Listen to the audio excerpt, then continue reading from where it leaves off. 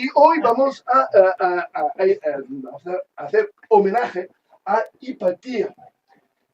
Bueno, hace 3, 4 años salió de Amenábar una película que se llamaba Ágora, que no fue criticado, algunos criticados porque era lento, no molaba, que no había monstruos, no sé qué, bueno, era demasiado filosófico en pocas palabras, y otros, que más me interesaba, la gente de extrema derecha, que estaban así, con una película donde tú ves los cristianos, los malos de la película, como talibanes matando a la gente y tal, y ves los paganos, la gente del Imperio Romano, como defensores de la razón. Y yo, evidentemente, creo que Amenábar se lo había visto perfectamente y así fue la situación. Pero para la gente que no conoce esta historia, ¿de qué estamos hablando? De una mujer astrónomo, matemática, filósofo, profesor de la universidad o de la biblioteca de Alejandría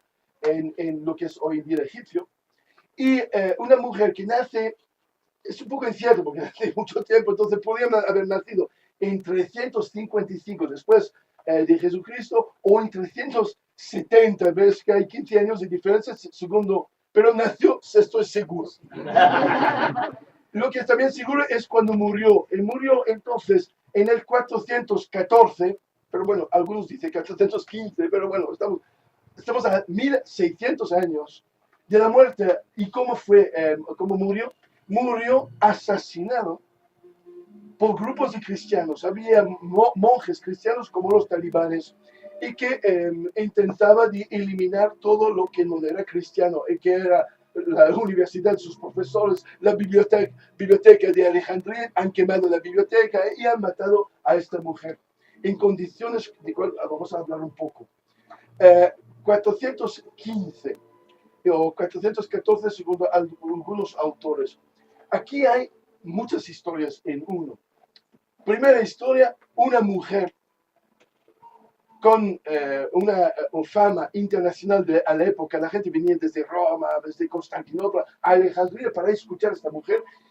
Una mujer que pues innovó a nivel astronómico, fue la primera a pensar que las planetas que daban vueltas alrededor del Sol no daban vueltas circulares, pero daban vueltas elipsoides, elípticas.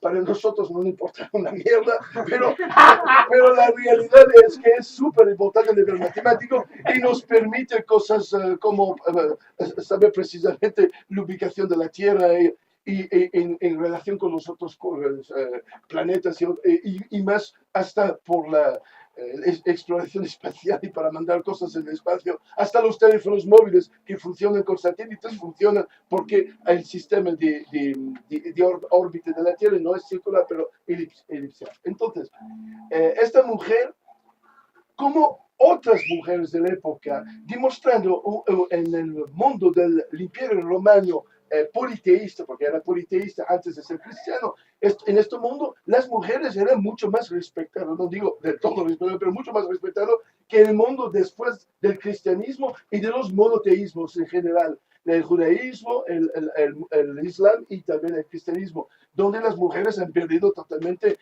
su posición y llegan a ser vírgenes en el mejor de los casos para los cristianos. Idea entonces de hablar de esto, porque ayer era el 8 de marzo, y para decir que esta idea de la ilustración, que las mujeres y los hombres tenemos los mismos derechos, que somos iguales, es algo que existía antes en la antigüedad, que era conocido en la antigüedad, pero nos ha caído encima para mí, desastre que se llama el monoteísmo, y no solo el cristianismo. El monoteísmo, una cosa patriarcal, donde el Dios es un hombre, donde las mujeres no contan nada. Y la cosa de la vida de Hipatia pone el dedo en el momento del cambio. El siglo III o IV después del nacimiento de Jesús es un momento increíble en el Imperio Romano. Mucha confusión. El Imperio Romano todavía con una religión del Estado romano, donde todos los dioses de todos los pueblos del Imperio Romano eran aceptados. Desde el momento que venía aceptada la autoridad de Roma, pero cada uno en el Imperio Romano tenía el derecho de ir a su propia iglesia, templo y hacer entonces pensar a su propia espiritualidad. Y fundamentalmente era un Estado laico, con un poder central y un emperador que estaba ahí como garante de este laicismo. Llega este cambio complicado, en 10 minutos no podemos hablar de por qué, pero hay un cambio. El paganismo desaparece, llega el cristianismo, muchas formas diferentes de cristianismo, no había un cristianismo único. Se han matado entre ellos los cristianos para tomar el poder. Y finalmente toman el poder más o menos en la vida de ella, de Hipatía. Ella, entonces, hija de un gran filósofo, su padre, alumno de los mejores filósofos, representa el momento más alto de la cultura y de la ciencia clásica. Ella trabajaba entonces en la gran biblioteca de Alejandría, donde había decenas de miles de obras escritos de filósofos, de todo el saber de siglos y siglos y siglos del Imperio Romano estaba en esta biblioteca. Y entonces, durante su vida, ¿qué va? Grupos de personas que profesan la religión cristiana lentamente se organizan, son bastante violentos. La Iglesia Católica no lo dice esto, pero ¿por qué han tomado el poder? Es porque eran muy violentos, un poco como se podía pensar los fundamentalistas islámicos hoy en día. Son gente con muchas ganas de hacer proselitismos y no teniendo miedo de matar. Y esta gente empezó a matar. Y el poder central de Roma, los paganos, empiezan a tener miedo. Tienen miedo hasta Oreste, que era el gobernador de Roma en Alejandría, en Egipcio, viene agredido por la calle con una piedra tirado por los cristianos y casi matado. En cambio, la autoridad de Roma entonces había sido puesto en duda en este momento en Alejandría, estamos hablando de 390 por ahí. ¿Y qué pasa? Consigue coger el jefe del grupo que había tirado las piedras, casi matando al cónsul, considerado como terrorista por los romanos, cristiano terrorista. Lo condenan a muerte por atentado contra la autoridad de Roma. Y estoy así pensando porque estoy intentando recordarme de su nombre, pero viene condenado a muerte, la persona que ha tirado la piedra, y hoy en día es un martirio de la Iglesia Católica y santo. Y yo intento ahora porque soy una persona imperfecta en mi memoria a 1 de la mañana del domingo, pero bueno, hay un nombre, esa persona tiene un nombre, santo, no me lo voy a sacar. Pero este hombre, considerado como santo en las iglesias y todo, y hoy en día sería considerado como terrorista, como uno de ETA o algo así, y fue considerada en la época romana de esta manera. Ella, la Hipatía, muchas veces fue pedido de convertirse al cristianismo. Y ella continuamente rechazaba esto. Decía que no le importaba la religión y que para ella la ciencia era la cosa más importante. Y tenía sus alumnos que lentamente, uno a uno, empezaron a convertirse por razones políticas más que por razones espirituales, por el hecho que el poder era siempre más y menos de los cristianos y era peligroso de ser contra los cristianos y de mantener una visión laico o una visión de pagano de cómo era antes el Imperio Romano. Y ella más y más se encontraba sola a defender sus ideas, a defender su libertad. Y fue por eso que el obispo de Alejandría, Cirilio, esto es su nombre, decidió de mandar un grupo para matarla. Fue matado en la plaza, su cuerpo tirado desnudo por todo Alejandría, puesto una hoguera en el centro y lo han puesto adelante de la biblioteca donde ella enseñaba y fue quemado ahí frente a toda la gente como bruja. Y durante siglos después, esta mujer en el mundo cristiano se ha quedado bruja. Bruja, ¿por qué? Porque era filósofa. Bruja, porque era astrónoma. Bruja, porque no querían aceptar el poder y el dominio del mundo cristiano. Era bruja. Pero se ve incluso después, unos siglos después, algunos hasta cristianos, han tenido la valentía de intentar defender su memoria, su pasado, y de vez en cuando se ve, bueno, la matemática, Hipatia, injustamente matado, otros diciendo no puede haber sido los cristianos, pero no dan explicación de quién ha sido, entonces si no fueron ellos. Y para mí, también un momento triste, porque cuando muere ella, la biblioteca viene quemada, los libros, todos los libros quemados, y se queda la gran biblioteca de Alejandría vacía, porque el mismo obispo dice que no necesitamos muchos libros, necesitamos solo una, es la Biblia.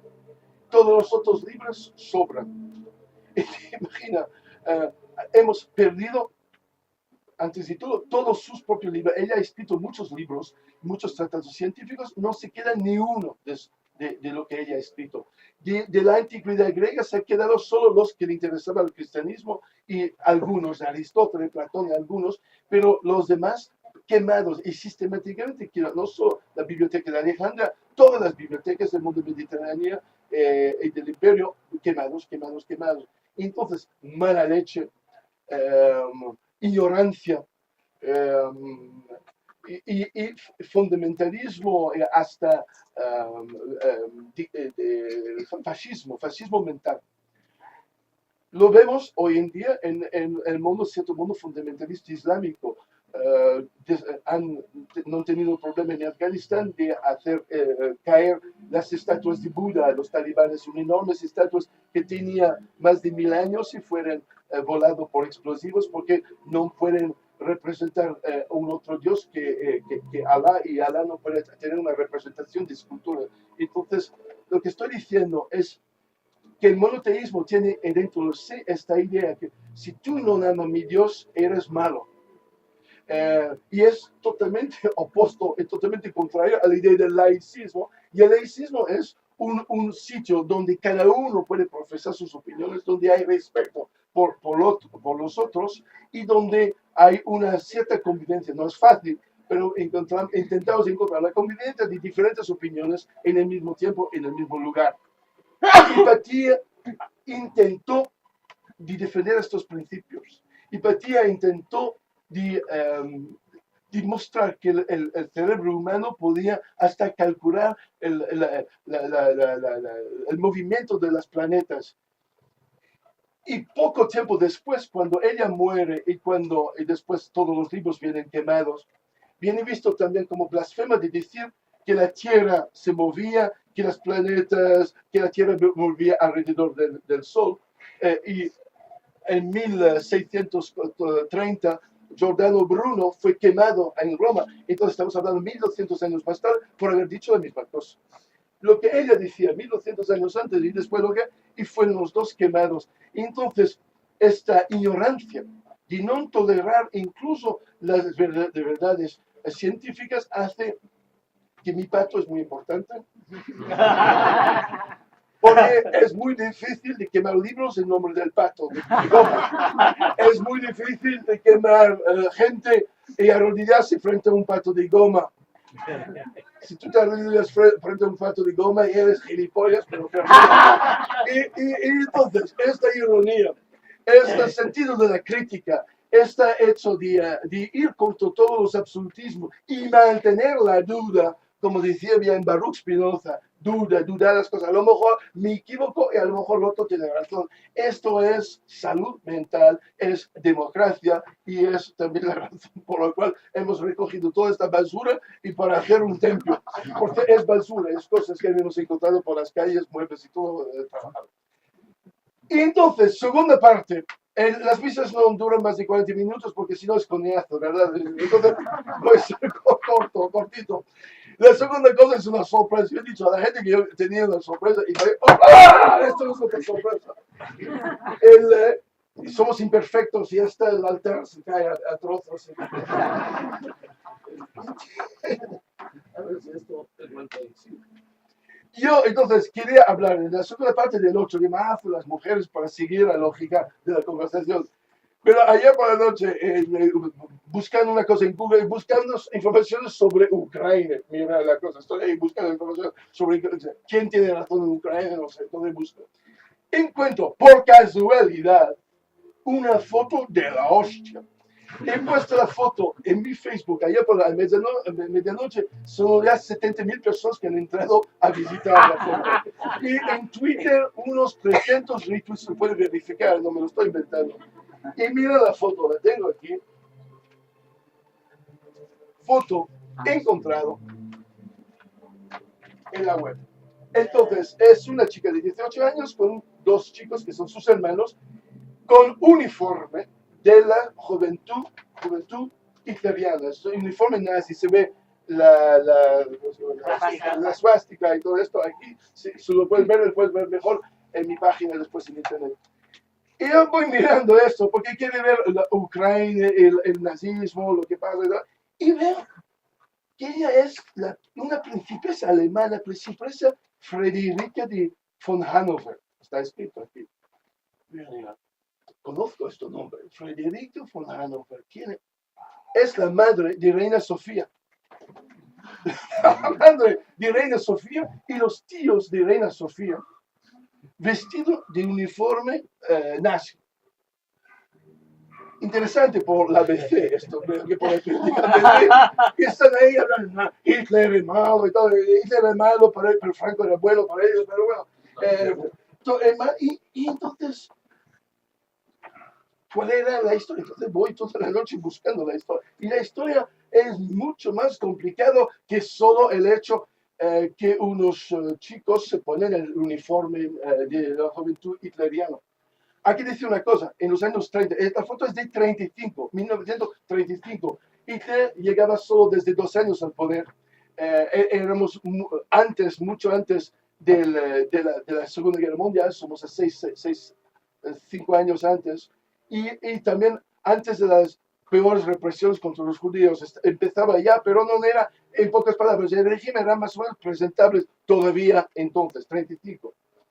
Y muchos jóvenes de muchas familias participaban como los scouts en esta asociación. Pero no es tan fácil. Esta familia, que es la familia de los duques de Brunswick, la reina Sofía, entonces es la familia de los duques de Brunswick en Alemania, ve su posición cambiar porque Hitler les eleva a ser príncipes de Hannover. No tenía derecho, yo no sabía todo esto, lo he leído ayer por la noche. Y entonces, se ve que Hitler tenía un interés particular con esta aristocracia, esta familia aristocrática. Y estoy ahí buscando qué interés, por qué hace todo esto. Hitler, que era un socialista, por eso se llama nazi, nacional socialista, era en cierto sentido al principio contrario a la idea de los privilegios de la aristocracia. ¿Cómo se asocia? Y la cosa empieza a complicarse. Se ve que yo encontré un artículo de un periódico de 1935, del Chicago Tribune, un periódico americano. El artículo existe, todo esto existe, yo no lo estoy inventando, existe, se puede consultar en PDF. Y es una periodista escribe un artículo en 1935 diciendo que ella había hablado con Hitler en una entrevista y Hitler le había dicho que él quería crear y volver a crear el Sacro Imperio Romano Germánico. Por la gente que conoce algo de la historia, durante muchos siglos la Germania, la Alemania, se consideraba continuador del Imperio Romano. Y volvemos un poco a Hipatia en esto. Y los emperadores de la Germania eran elegidos entre los aristócratas más altos, y se ve que esto, en su exaltación, Hitler quería hacer un estado por 1000 años, y entonces quería volver a poner a Alemania al centro de un imperio, y el imperio era el famoso imperio medieval alemán, que es el Sacro Imperio Románico Germánico.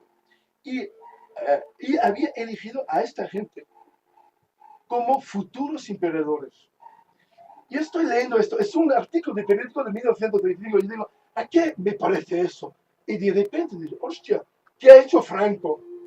Si no elegir un rey, un príncipe para hacerlo rey, que cuando él moría, que esta cosa se juntaba y se transformaba en un reino para mantener su legado, para mantener su visión del mundo. Entonces, Hitler, parecido, tiene en una idea algo similar y coge esta familia. Esta familia, esta foto, aquí otra vez, pues lo he mirado mucho y ha salido otra cosa de la foto. No es solo una foto, es un postal imprimido a miles y miles de ejemplares y que fue distribuido en toda Alemania. Yo estoy pensando, ¿por qué en 1935 los nazis distribuyen la foto de la familia, de los nuevos príncipes de Hannover o familia de Brunswick? Y me he dado cuenta que eran uno de los pocos familias a aceptar Hitler y los nazismos. La aristocracia alemana, como mucha aristocracia, no querían mezclarse con el pueblo, no querían mezclarse con la política y tenían su mundo. Pero estos se han mojado. Y no solo se han mojado, han dejado a sus hijos poner en 35 el traje de los nazis, porque sabían de esta visión de Hitler de dar a su familia después una idea de ser emperadores de Alemania. Todo esto no me lo estoy inventando, es un artículo, es en inglés, pero un artículo escrito en 1935 de una periodista que se llama Schultz, una mujer muy conocida entonces, muy atrevida, una americana, que además ha escrito hasta 1940-41, vive en Berlín, escribe textos secretos para denunciar el régimen de Hitler. Entonces, ella no era nazi para nada, y ella escribe en 1935 todas estas historias. ¿Y qué va? Se ve que hay por debajo de esto una idea de estirpe. La idea que una estirpe puede mandar y que el pueblo no tiene estirpe, el pueblo no tiene la chusma no puede decidir de nada porque son chusma y necesitamos familias con linaje. ¿No nos recuerda algo de esto? Rajoy, 1984, un artículo en el Faro de Vigo donde habla del estirpe, que no cree en la democracia, que hay solo con gente con estirpe que pueden dominar. La Esperanza Aguirre, estirpe. Y yo me he dado cuenta que esta cosa que odio más que todo va contra la democracia, va contra toda la idea de humanismo y pensar que hay gente que nace superior a los demás por el sangre.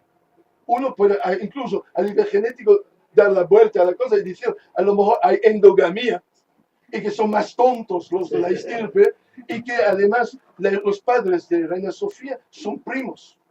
El padre y la madre son hermanos primos. No sé a nivel genético lo que es lo que produce, pero bueno. Y entonces, yo mirando esto, yo veo una familia que quiere mostrar su estirpe, decide de aliarse con esta nueva doctrina, esta nueva política Hitler y el nacionalismo y la superioridad racial de los si yo quería hacerlo otra vez, imposible, ¿cómo pasarlo por aquí?